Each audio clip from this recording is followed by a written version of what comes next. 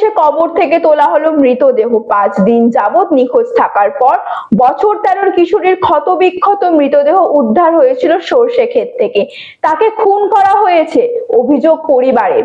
ময়না তদন্তের রিপোর্টে সন্তুষ্ট না হয়ে ফের ময়না তদন্তের দাবিতে কলকাতা হাইকোর্টে আবেদন করেছিল মৃত কিশোরীর পরিবার।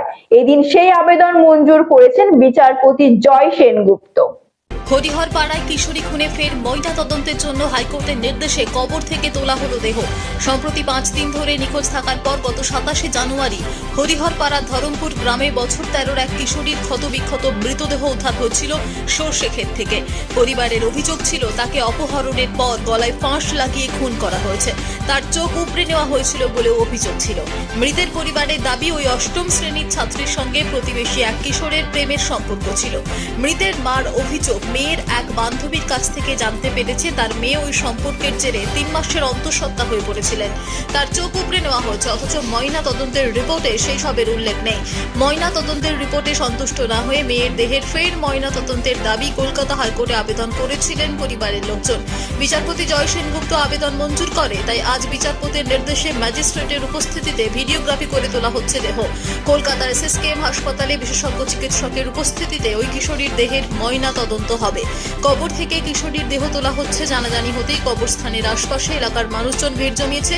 ঘটনায় চাঞ্চল্য এলাকা জুড়ে। পরিবারের লোকজনের দাবি তাদের মেয়েকে যারা নৃশংসভাবে খুন করেছে তাদের পুলিশ শাস্তির ব্যবস্থা করুক।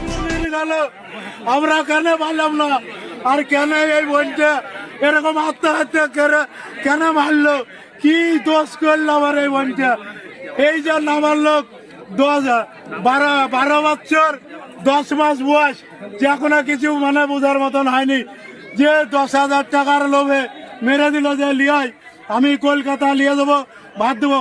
এবার এই যে বোনটা বলেছে যে কি মেনে লাইনি তোমাদের, যে এক মেয়ে কলকাতা থেকে নিয়ে এসে যে এই আইসিকে দিল, এই আইসি সাহেব যাকে একটা মিলচল করে পেটে দেওয়া হয়েছে। এই যে আমাদের পাশে গ্রাম যে আব্দুলপুর আলাদ্দির যে এক মেয়ে, এটা ধরা পড়লো যে মারচল হলো।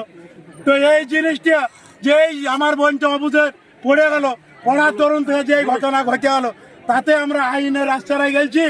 আইনের পরে বিচার দিচ্ছি, আইনের কে আমরা অমান্য করবো না। আইন যেটা হয় সঠিক বিচার চাই, ফাঁসি চাই, এইটুকু আমার বক্তব্য।